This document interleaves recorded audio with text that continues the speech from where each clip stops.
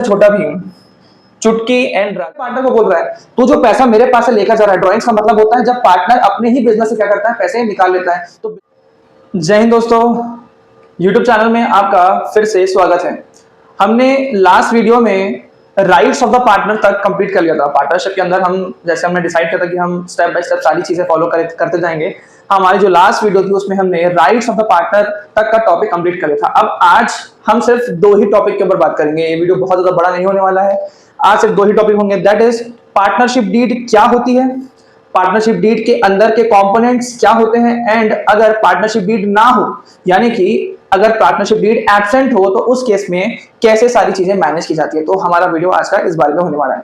तो अगर आप इस चैनल पे नए हैं, खैर मैं भी नया ही हूं, तो अगर आप ये वीडियो देख रहे हैं, आपको ये वीडियो ऐसा लगता है कि मैंने आपकी लाइफ में कुछ वैल्यू ऐड की है, तो लाइक एंड सब्सक्राइब जरूर करके जाना। तो वीडियो स्टार्ट करते हैं। अब हमारे वीडियो के स्टार्ट में आज सबसे पहले हम ये देखेंगे कि हमारे पास है छोटा भीम, चुटकी एंड राजू। छोटा भीम को सभी ने देखा है, आई नो मेरी ड्राइंग दुनिया की सबसे अच्छी ड्राइंग है, तो इग्नोर करना। अब मान के चलते हैं कि जो छोटा भीम, चुटकी और राजू हैं, ये तीनों मिलकर एक बिजनेस प्लान कर रहे हैं। ये ऐसा बिजनेस प्लान कर रहे हैं जो टुनटुन मौसी का बिजनेस पूरी तरीके से खत्म करने वाले हैं। मतलब ये सोच रहे हैं कि हम ढोलकपुर में एक नया लड्डू का दुकान खोलेंगे, लड्डू का शॉप खोलेंगे। अब उसके लिए सबसे पहली चीज क्या चाहिए, तो छोटा भीम ने क्या किया, छोटा भीम ने 5 लाख रुपए का कैपिटल लेकर आया। छोटा भीम 5 लाख का कैपिटल लेकर आया। चुटकी जो है वो 1 लाख रुपए का कैपिटल लेकर आई, और जो राजू है वो 50,000 का कैपिटल लेकर आया। अब चुटकी के पास एक छोटा सा एडवांटेज है कि उसके घर में ऑलरेडी लड्डू बनाने के लिए जो है सारे सामान यानी कि रॉ मटेरियल्स और बर्तन ऑलरेडी उसके पास थे। तो उसने क्या किया, उसने अपने घर से ही वो सारी चीजें अब चुरा ली, कुछ भी कर ली, अपनी माँ का ही बिजनेस खत्म करने पे तुली है लड़की। तो इसने एडिशनली क्या लेकर आए, ये रॉ मटेरियल भी लेकर आई और साथ ही साथ ये बर्तन भी लेकर आई। क्या लेकर आई बच्चों, बर्तन।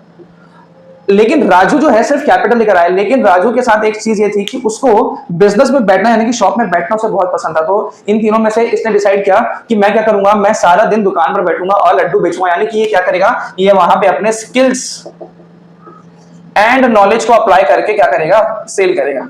इसके लिए नॉलेज को अप्लाई करके क्या करेगा बच्चों, सेल करेगा। अब बिजनेस स्टार्ट हो गया, लड्डू वड्डू बनने स्टार्ट हो गए, बढ़िया सारी चीजें होना स्टार्ट हो गई।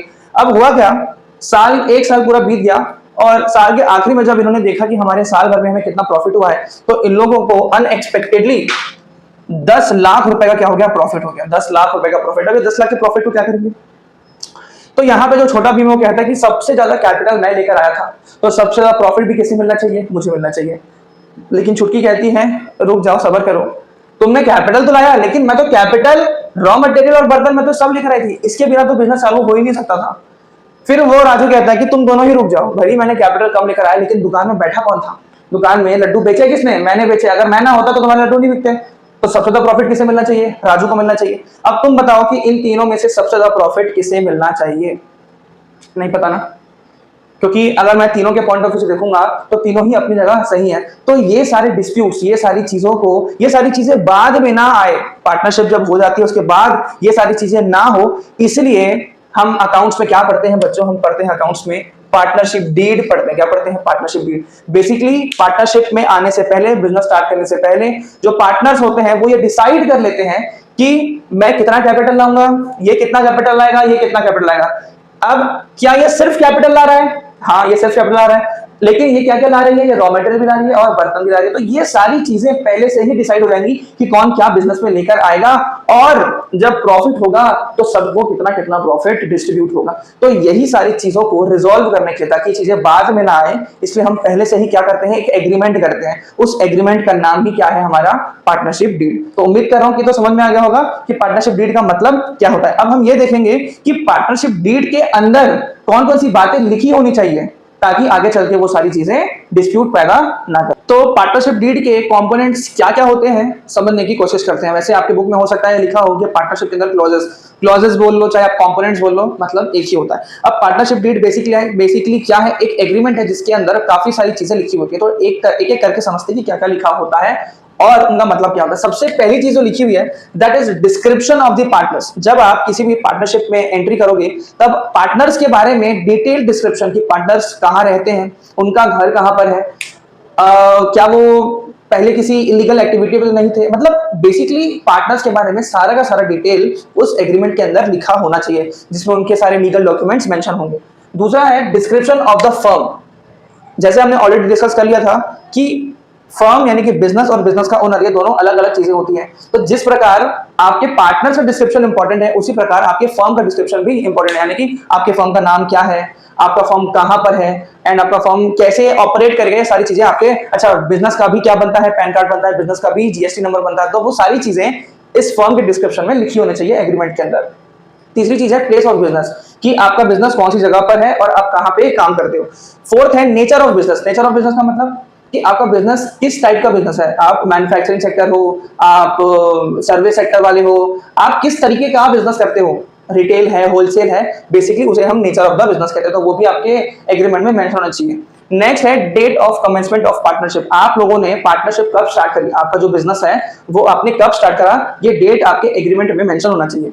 नेक्स्ट है कैपिटल कंट्रीब्यूशन। पिछले एग्जांपल में हमने देखा था छोटा भीम 5 लाख, छुटकी 1 लाख एंड जो राजू था वो 50,000। तो आपके एग्रीमेंट में पार्टनरशिप डीड में ये मेंशन होना चाहिए कि हर एक पार्टनर कितना कैपिटल बिजनेस में लेकर आ रहा है। नेक्स्ट है इंटरेस्ट ऑन कैपिटल। अच्छा, interest on capital, sir capital के ऊपर इंटरेस्ट, फिर से वही पुरानी वीडियो में जाना पड़ेगा, आपको समझना पड़ेगा कि बिजनेस और बिजनेस का ओनर ये दोनों अलग अलग होते हैं। तो इसलिए जो बिजनेस का ओनर है वो ये सोचता है कि अगर जो पैसा मैं अपने बिजनेस में लगा रहा हूं, अगर यही मैं कहीं और लगाता तो उससे मुझे क्या मिलता, इंटरेस्ट मिलता। तो इसलिए मैं अब अपने बिजनेस से भी क्या लूंगा, इंटरेस्ट लूंगा। तो जो भी पार्टनर कैपिटल लगाता है उसके ऊपर उसे क्या मिलना चाहिए, इंटरेस्ट मिलना चाहिए। अब कितना मिलना चाहिए, ये पार्टनरशिप डीड के अंदर लिखा होना चाहिए। इंटरेस्ट ऑन कैपिटल का कितना परसेंट होगा, ये आपके पार्टनरशिप डीड के अंदर लिखा होना चाहिए। इंटरेस्ट ऑन ड्रॉइंग्स, अब पहले पार्टनर अपने बिजनेस को बोल रहा था कि अगर मैं पैसा कहीं और लगाता तो मुझे क्या मिलता है, इंटरेस्ट। अब बिजनेस अपने पार्टनर को बोल रहा है तू जो पैसा मेरे पास से लेकर जा रहा है, ड्रॉइंग्स का मतलब होता है जब पार्टनर अपने ही बिजनेस से क्या करता है, पैसे निकाल लेता है। तो बिजनेस बोल रहा है कि अगर यही पैसे से मैं सामान बेचता तो मुझे प्रॉफिट होता ना, तो एक काम कर, जो तू पैसा लेकर जा रहा है ना उसके ऊपर मुझे तू क्या देगा, इंटरेस्ट ऑन ड्रॉइंग्स देगा। तो इंटरेस्ट ऑन ड्रॉइंग्स का रेट परसेंटेज कितना होना चाहिए। मान के चलते कोई किसी पार्टनर ने 10,000 की ड्राइंग्स खरीदी, 10,000 अपने बिजनेस से निकाल लिए, तो उस 10,000 के बदले वो कितना परसेंट इंटरेस्ट उसे देगा, ये पार्टनरशिप डेट में मेंशन होना चाहिए। नेक्स्ट है प्रॉफिट शेयरिंग रेशो।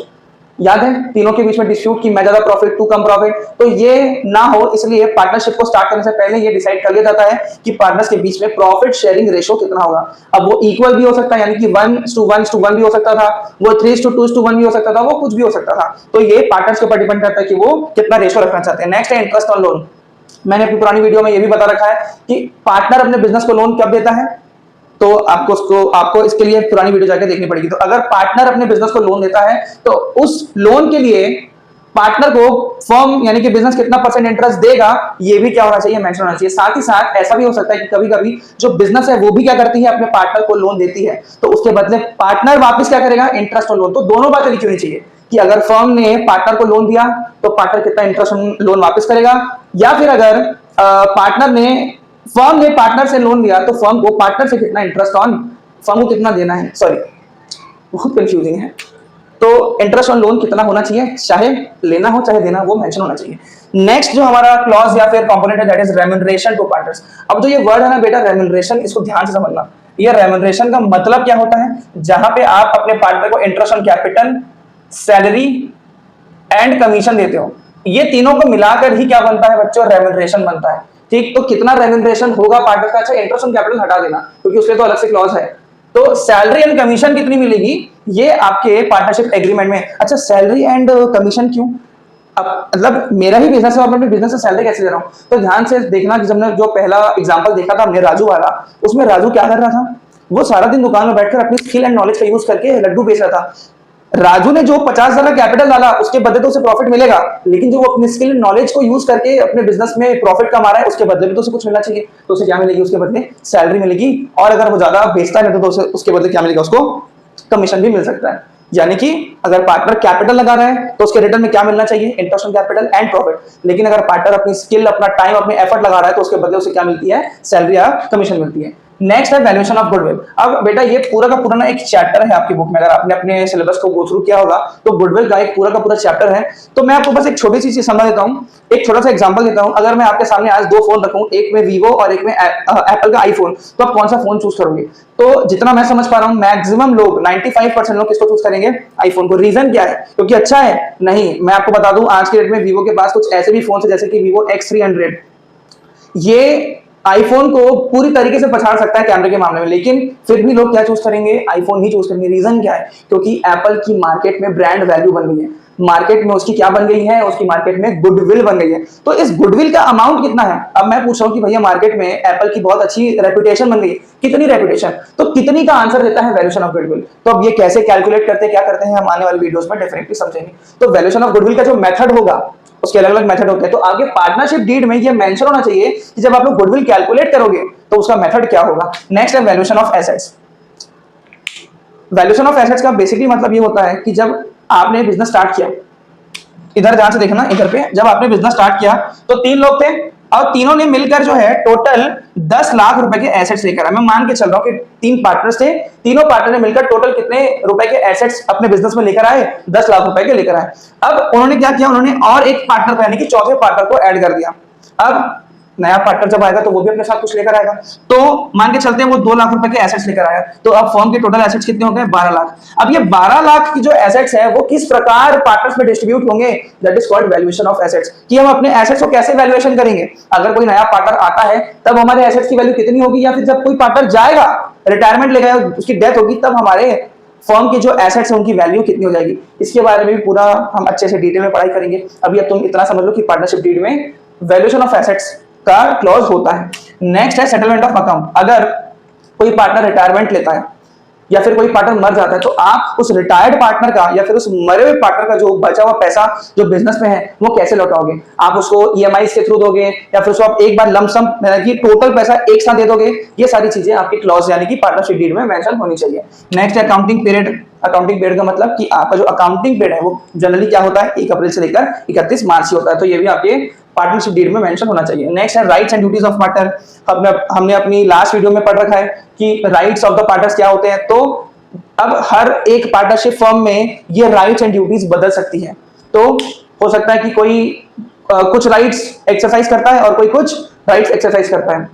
नेक्स्ट है ड्यूरेशन ऑफ पार्टनरशिप। पार्टनरशिप जब कोई लोग साथ में आते हैं, जैसे 2 या 2 से ज्यादा लोग जब पार्टनरशिप करने आते हैं, उसके पीछे कोई मोटिव होता है। मतलब कि हम जिंदगी भर साथ में रह के बिजनेस करेंगे या फिर हम सिर्फ 2 साल साथ में रहेंगे, फिर जब बिजनेस अच्छा खासा प्रॉफिटेबल बन जाएगा उसको बेच देंगे, हम अपनी पार्टनरशिप खत्म कर देंगे और फिर किसी दूसरे बिजनेस में एंटर कर देंगे, यानी कि उसे हम वेंचर कहते हैं। तो पार्टनरशिप कितने समय की होने वाली है? क्या ये एंटायर लाइफ टाइम की होने वाली है? कुछ समय की होने वाली है? तो पार्टनरशिप का ड्यूरेशन आपके पार्टनरशिप डीड में मेंशन होना चाहिए। नेक्स्ट है बैंक अकाउंट ऑपरेशन। ये खतरनाक चीज है। बैंक अकाउंट ऑपरेशन का मतलब जो बिजनेस है जब वो ट्रांजैक्शन करेगा दूसरे कस्टमर्स के साथ, अपने सप्लायर्स के साथ, तो हम अपने पर्सनल अकाउंट से थोड़ी उसको ऑपरेट करेंगे। बिजनेस का खुद का एक अपना अकाउंट होगा। अब वो जो अकाउंट होगा वो ऑपरेट कौन करेगा? कोई एक पार्टनर करेगा, सारे पार्टनर्स के पास उसकी अथॉरिटी होगी, सारे पार्टनर्स के पास उसका एक्सेस होगा। तो ये सारी के सारे जो नियम कानून है वो बैंक अकाउंट ऑपरेशन में लिखे होने चाहिए कि कौन सा पार्टनर अकाउंट एक्सेस कर सकता है और कौन सा पार्टनर नहीं कर सकता है। Death of a partner. अब मानते हैं कि किसी पार्टनर की अकाल मृत्यु हो जाती है, मतलब डेथ हो जाती है, तो उस पार्टनर के मरने के बाद भी क्या बिजनेस कंटिन्यू रहेगा? क्या तभी भी हम अपने पार्टनरशिप फर्म को कंटिन्यू करेंगे? अगर इसमें लिखा है हाँ तो होगा, अगर इसमें नहीं लिखा है तो नहीं होगा। और लास्ट है सेटलमेंट ऑफ डिस्प्यूट्स। अब इन सब के अलावा अगर किसी भी पार्टनरशिप बिजनेस में किसी भी अब मुझे लगता है कि मैं और मेरा पार्टनर जो पार्टनर है वो फ्यूचर में इस चीज के ऊपर कोई पर्टिकुलर चीज के ऊपर हम जो है लड़ाई कर सकते हैं, डिस्प्यूट हमारा हो सकता है, तो हम उसके बारे में भी क्या करेंगे? यहाँ पे एक क्लॉज मेंशन कर देंगे कि जो भी हमारे बीच में इन सब के अलावा जो भी और डिस्प्यूट्स होंगे उनको हम कैसे सेटल करेंगे, इसके बारे में भी पार्टनरशिप डीड के अंदर मेंशन होना चाहिए। ये बहुत ज्यादा डिटेल में पढ़ने वाली चीजें नहीं है, लेकिन हाँ इन सब के बारे में आपको पता होना चाहिए। हो सकता है कि आपके बोर्ड एग्जाम में आपको मल्टीपल चॉइस क्वेश्चन के अंदर इनमें से कुछ भी एक पॉइंट उठाकर पूछ दे, थोड़ा सा ट्विस्ट कर दे क्वेश्चन को, तो बेसिकली आपको ये सारी चीजें आपके माइंड में होनी चाहिए। इन डेप्थ जाने की जरूरत नहीं है। ठीक है, तो अब हम आगे बढ़ते हैं। आगे हमारा जो टॉपिक है वो ये है कि ये तो हमने पढ़ लिया कि पार्टनरशिप डीड ये होती है। अब मान के चलते हैं कि कोई पार्टनर्स है जो बहुत ज्यादा एक दूसरे के ऊपर ट्रस्ट करते हैं। उन्होंने बोला यार ये सब ना लिखने की, एग्रीमेंट करने की जरूरत नहीं है, हम क्या करते हैं, हम बिंदास रहते हैं, हमको पता है कि हम दोनों एक दूसरे को क्या करते हैं, ट्रस्ट करते हैं। लेकिन अगर उसके बावजूद भी उनके बीच में कुछ डिस्प्यूट हो जाते हैं और ये ना हो, पार्टनरशिप डीड ना हो, तब क्या होगा? तो हमारा नेक्स्ट टॉपिक है कि provisions when the partnership deed is absent. जब हमारी पार्टनरशिप डीड क्या होती है, एब्सेंट होती है, तो उस केस में फर्म अपने पार्टनर्स को क्या देगा या फिर उनसे क्या लेगा, तो हम इसको देखेंगे अभी। तो अगर पार्टनरशिप डीड एब्सेंट होती है, मतलब पार्टनर्स ने पार्टनरशिप डीड नहीं बनाई, एग्रीमेंट नहीं बनाया, वो 20 के 20 क्लॉजेस नहीं लिखे, तो उस केस में हम अपने बिजनेस के डिस्प्यूट्स को कैसे सेटल डाउन करेंगे? तो सबसे पहली चीज जो होगी वो ये होगी कि interest on loan by partner is paid at the rate 6% per annum. अगर बिजनेस ने अपने पार्टनर से लोन लिया है तो उसे 6% पर एनम का मतलब होता है 1 साल का इंटरेस्ट पे करना पड़ेगा। पार्टनरशिप डीड बोले चाहे ना बोले, पार्टनरशिप डीड हो या ना हो, हम इंटरेस्ट ऑन लोन तो पार्टनर को देंगे ही देंगे। लेकिन अगर पार्टनरशिप डीड होगी तो उसमें जो इंटरेस्ट रेट लिखा होगा उस इंटरेस्ट रेट से हम देंगे। लेकिन अगर पार्टनरशिप डीड नहीं होगी तो हम उसको 6% पर एनम के हिसाब से क्या देंगे, इंटरेस्ट ऑन लोन पे करेंगे। ये पहली चीज होगी अगर पार्टनरशिप डीड ना हो तो। दूसरी चीज, profit and losses are shared equally. कहने का मतलब अगर आपके पास पार्टनरशिप डीड होती तो आप उसमें क्या मेंशन करके रखते हैं कि हमारा प्रॉफिट शेयरिंग रेशो कितना होगा। लेकिन अगर वो नहीं होगी तो आप क्या करोगे, सारे के सारे पार्टनर्स जितना भी प्रॉफिट होगा वो इक्वली शेयर करेंगे। तीसरी चीज है interest on capital is not allowed. अब इसका क्या मतलब होता है? सबसे पहली चीज तो आप लोग समझ लेना कि जो ये वर्ड लिखा है अलाउड, जब भी बिजनेस ये वर्ड यूज करता है कि अलाउ किया, इसका मतलब ये है कि बिजनेस ने कुछ पैसे दिए। अलाउ करने का मतलब होता है पैसे देना। तो इंटरेस्ट ऑन कैपिटल कौन देता है? बिजनेस अपने पार्टनर को देती है। तो अगर आपके पास यानी कि पार्टनर्स के पास पार्टनरशिप डीड नहीं होगी तो किसी भी प्रकार का इंटरेस्ट ऑन कैपिटल उनको नहीं मिलेगा। बात समझ में आ गई? नेक्स्ट है interest on drawings is not charged. अब नेक्स्ट वर्ड क्या है बच्चों यहाँ पे? चार्ज। तो जब भी बिजनेस ये वर्ड यूज करता है कि मैंने कुछ चार्ज किया, इसका मतलब उसने अपने पार्टनर से कुछ लिया है। तो अगर पार्टनरशिप डीड ना हो तो उस केस में अगर पार्टनर ने कुछ ड्राइंग्स करी होगी तो उसके ऊपर बिजनेस उनसे इंटरेस्ट नहीं ले सकती। क्यों? क्योंकि अगर वो इंटरेस्ट ऑन कैपिटल नहीं दे रही है तो उनसे क्या नहीं लेगी, इंटरेस्ट ऑन ड्राइंग्स भी नहीं लेगी अगर पार्टनरशिप डीड ना हो तो। मम्मी, पापा, हाँ सॉरी बच्चों। रेम्यूनरेशन यानी कि रेम्यूनरेशन का मतलब मैंने समझाया था कि सैलरी या फिर कमीशन नहीं मिलेगा पार्टनर्स को। अगर पार्टनरशिप डीड में पार्टनरशिप डीड हो ही ना, मिस हो, एब्सेंट हो, तो उस केस में क्या होगा, किसी भी पार्टनर को कोई भी रेम्यूनरेशन नहीं मिलेगा।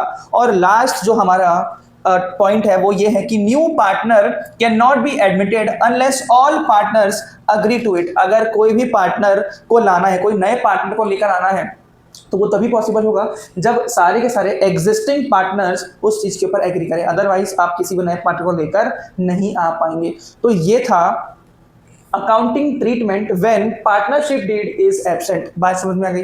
तो मैं अब उम्मीद कर रहा हूं कि पार्टनरशिप डीड क्या होता है, पार्टनरशिप डीड के कंपोनेंट्स या फिर क्लॉजेस क्या होते हैं, अगर पार्टनरशिप डीड ना हो तो क्या होगा। और याद रखना, पार्टनरशिप डीड से कहीं ज्यादा इंपॉर्टेंट पार्टनरशिप डीड जब नहीं होती है तो क्या होता है, इससे रिलेटेड क्वेश्चन ज्यादा पूछे जाते हैं और क्वेश्चन में यही सारी चीजें ज्यादा आती हैं। तो इसलिए अगर आपको इसको स्क्रीनशॉट लेना है या फिर आपको लिखा तो लिख सकते हो। वैसे आपके पास बुक होगी तो उस बुक में सारी चीजें लिखी होंगी, बट अगर आपको अभी आपके पास बुक नहीं है तो आप इसका क्या कर सकते हो, स्क्रीनशॉट या इसको लिख सकते हो। तो मैं हट जाता हूँ, आप लोग ले लीजिए स्क्रीनशॉट। ठीक है, तो इसी के साथ आज की वीडियो एंड करते हैं और मैं उम्मीद करता हूँ कि आपको वीडियो अच्छी लगी होगी। तो ज़रूर लाइक कीजिएगा, शेयर कीजिएगा और भरोसा कीजिएगा मेरे पर। सबसे इंपॉर्टेंट चीज़ है कि भरोसा रखना। यूट्यूब पे बहुत सारे क्रिएटर्स हैं, आई नो मुझसे बहुत ज़्यादा अच्छे कंटेंट लाते होंगे, बट मैं पूरी कोशिश करूंगा कि मैं हर एक छोटी से छोटी चीज़ आप लोगों के लिए ब्रेक डाउन करूँ, ऐसी कोई सी भी चीज़ ना रह जाए जो आपको समझ में ना आए। तो बस साथ में रहिए और भरोसा कीजिए। तो फिर हम मिलते हैं अगली वीडियो में।